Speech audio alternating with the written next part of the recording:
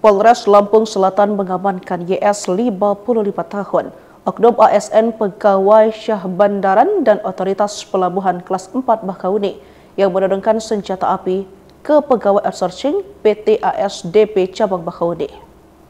Karena menolak membayar tarif parkir pelabuhan pada Jumat 3 Desember 2024 dini hari, pelaku menodong senjata api kepada petugas. Kejadian itu berawal saat mobil BE1563 ALK yang dikendarai pelaku hendak keluar dari areal pelabuhan Bakauni.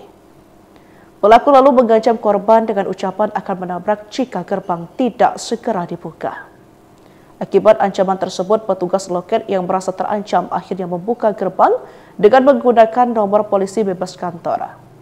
Yusriandi mengatakan pelaku saat ini masih dalam proses pemeriksaan di Mapolres Lampung Selatan. Untuk pelaku sendiri terancam dikenakan Undang-Undang Darurat Nomor 12 Tahun 1951 tentang kepemilikan senjata api.